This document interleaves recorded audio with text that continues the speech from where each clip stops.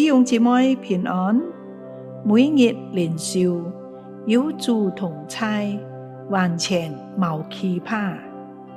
今日愛讀嘅經文係以賽亞書41章10節，你不要害怕，因為我與你同在；不要驚慌，因為我是你的神，我必堅固你，我必幫助你，我必用我公義的右手扶持你。小故事就講到，在古代三國時期嘅張飛係一隻勇敢過人嘅英雄，佢嘅個性好剛烈暴躁，佢自家認為天唔怕地唔怕。有一日，諸葛亮就問佢：你真係天不怕地不怕？我諗你總係有一怕吧。張飛好大聲嘅回答：我乜嘢都唔怕。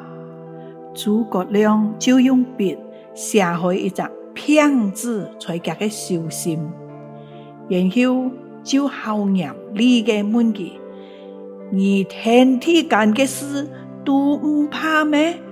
然後就將手心俾張飛看，廿隻字你怕唔怕？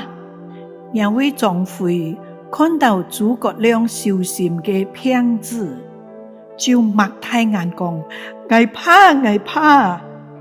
我就來默想，勇敢剛烈到張飛咁樣嘅人，對別聽也係會害怕。你怕嘅係乜嘢呢？來到神嘅面前，向佢表達你心中嘅恐懼，求佢來釋放你，使到你在基督裏面能夠得到完全嘅自由。我哋一齊來禱告。我哋在天上嘅父，你係我哋嘅神，你用右手扶庇我哋。雖然我哋在世上有苦難，面對好多嘅危地事，受到經濟、生活和疾病嘅威脅，心裏面難免好害怕、恐慌。